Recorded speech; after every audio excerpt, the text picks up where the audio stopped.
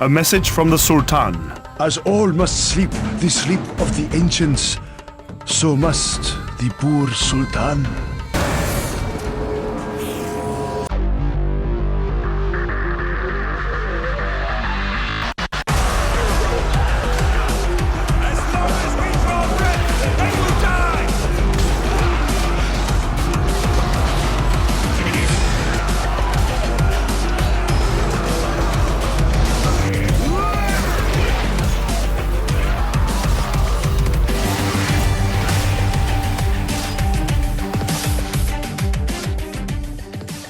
In the past, I've talked about Tomb Guard with halberds, but let's talk about the basic variant, and I've also got a few halberds here up against my patron Noldor, aka Anti-Mage. Got Cetra the Imperishable, 4 Tomb Guard, 2 halberds, 2 regular, a bunch of skeleton spears up front, 4 Nehekara horsemen, and 4 horsemen archers. So a nice wide build here.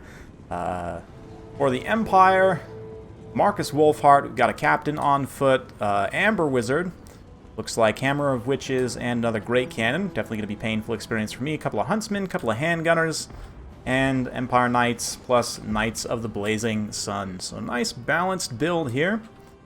So let's talk a little bit more about Tomb Guard. As far as mid-tier infantry goes, I would rank Tomb Guard pretty low, actually. I mean, their weapon strength is pretty solid. 41 melee defense is okay for an undead unit. They also have silver shields.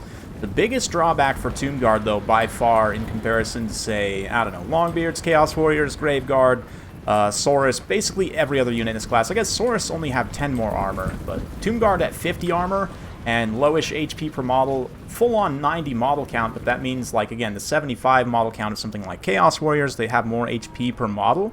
They are very vulnerable to something like Burning Head in particular.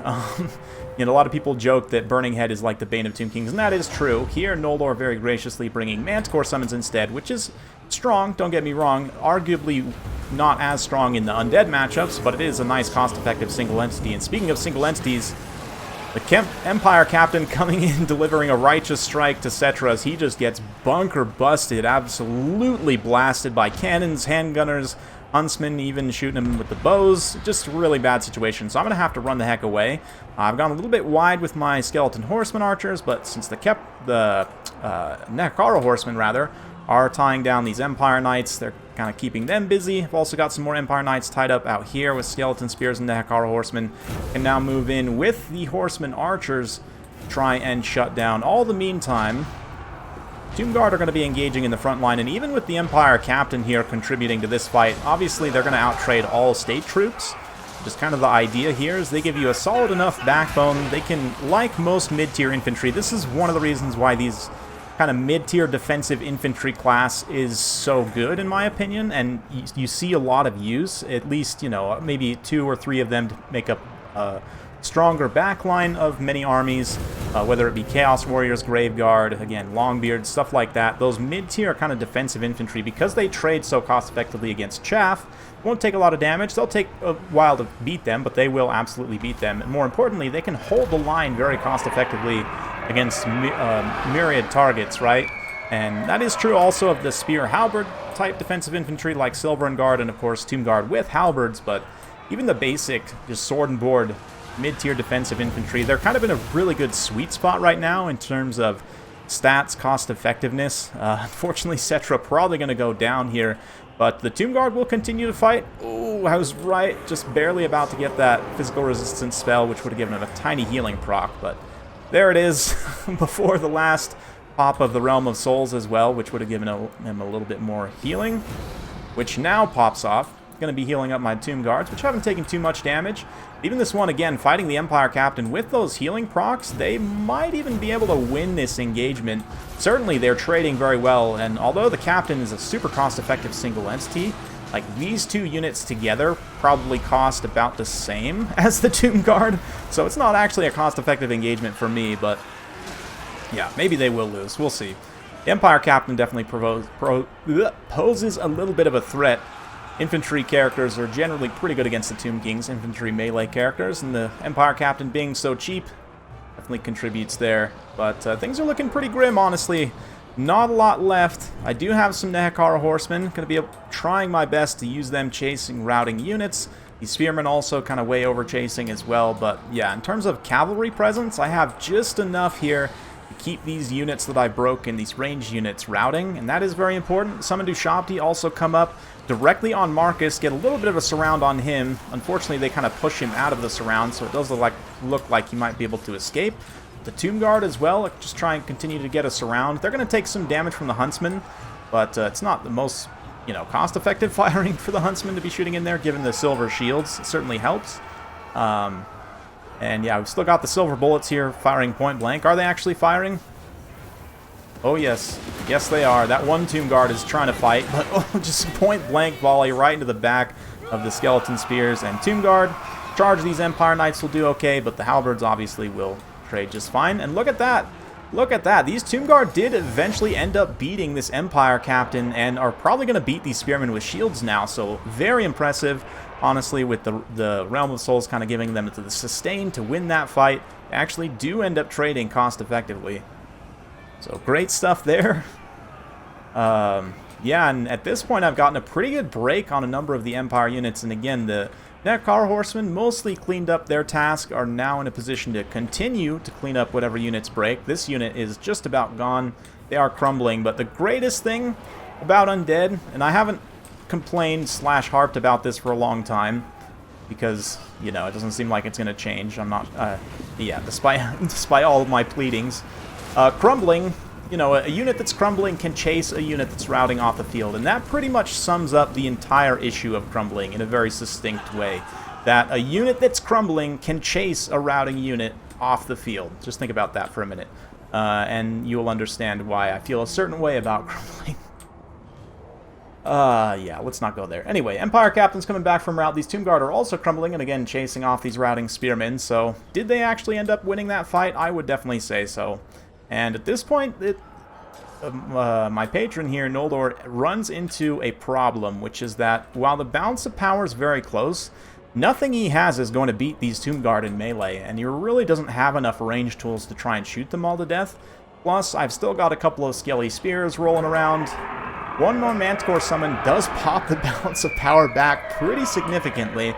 And the Manticore certainly could do a lot of damage, especially in like rear charges on these guys. Again, only 50 armor. It will take a lot of damage from the Manticore, but will it be enough is the question. As Marcus takes damage, you can see the balance of power ticking back in my favor, and of course, Manticore is only temporary. Once he disappears, it will go even more back in my favor, but the Nekar Horsemen providing the mass, Tomb Guard with Halberds providing some of the damage. I'm going to move the Nekar Horsemen away so I can try and countercharge back in and pin the Manticore in now that it's on the ground. But you can see the damage on the Tomb Guard there with Marcus and the Manticore together. It's definitely a problem. Probably going to beat that unit, maybe. We'll see.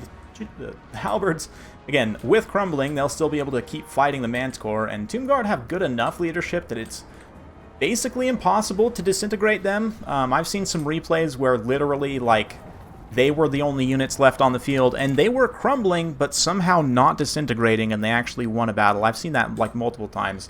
So one of the greatest things about Tomb Guard, I haven't even talked about, really, is their leadership for undead units makes them functionally not quite unbreakable. Again, they're still going to take some damage from crumbling, but not that much. I mean, maybe 300 to 500 over the course of a battle, if they're, you know, winning. Like these guys here, it depends on how many seconds, right, that they're in crumbling. Crumbling only does, what, 10, 11 damage per second? So, yeah. They're not going to take much damage during that time. You think about maybe a total uptime of like 2 minutes, 3 minutes over the course of a whole battle maximum they're going to be crumbling. And you extrapolate that out to, yeah, like 200 to 300 damage. Really doesn't seem like that much. Like, basically, you just lower their total HP by 200 to 300 damage and call them unbreakable. And that's that.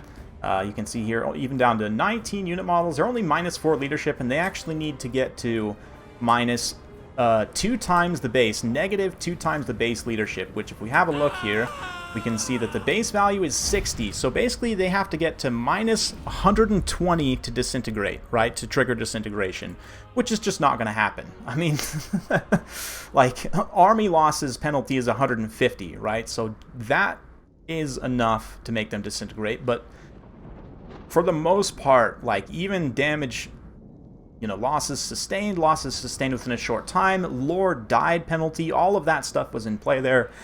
And the Tomb Guard still refused to disintegrate and generate some really good value. So that's one of the best things about Tomb Guard, is they're basically unbreakable.